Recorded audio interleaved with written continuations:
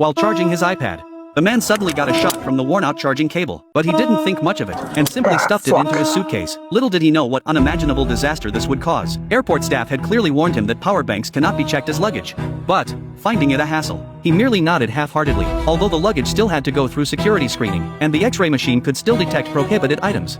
But frustratingly, the security screener happened to be playing on his phone at that moment, and didn't notice anything unusual in the suitcase. Due to this oversight, the suitcase passed through security, and was quickly pushed into the dimly lit cargo hold, where it soon took off with the plane. No one knew that the improperly stored power bank was quietly heating up. Soon, the clothes inside the suitcase began to catch fire, and thick smoke began to seep out from the cracks from time to time. Before long, it turned into a thin tongue of flame, which finally triggered the cargo hold's abnormal temperature warning. Seeing this, Ben immediately activated the fire suppression system, and suggested making an emergency landing at the nearest airport for inspection. The captain quickly agreed to the plan, and while ordering 2 cadets to go down and assess the situation, he began contacting the control tower at a nearby airport. By the time the flight cadets, fully geared up, arrived on the scene, the fire had already spread throughout the sealed cargo hold. Faced with the terrifying sight before them, the panicked pair immediately attempted to extinguish the flames, unaware that their efforts were utterly futile. Instead, the fire grew increasingly intense as time passed. Soon, the straps securing the crates gave way first, and the falling cargo immediately smashed a large hole in the cargo hold.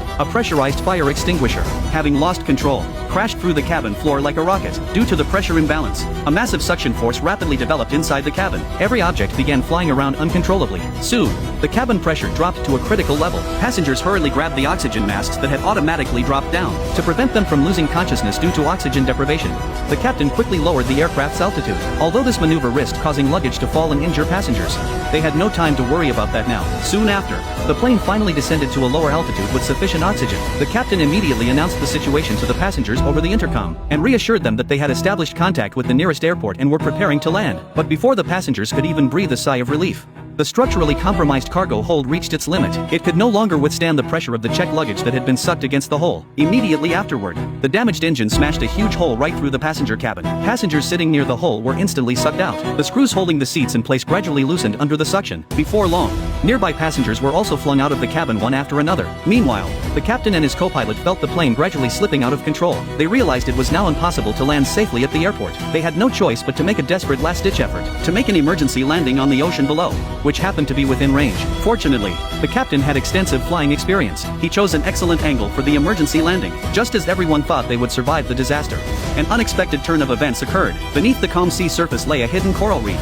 The plane was immediately torn apart by it, which completely disrupted the aircraft's balance. The tilted wing crashed directly into the coral reef, and the fuselage shattered and broke apart under the immense impact.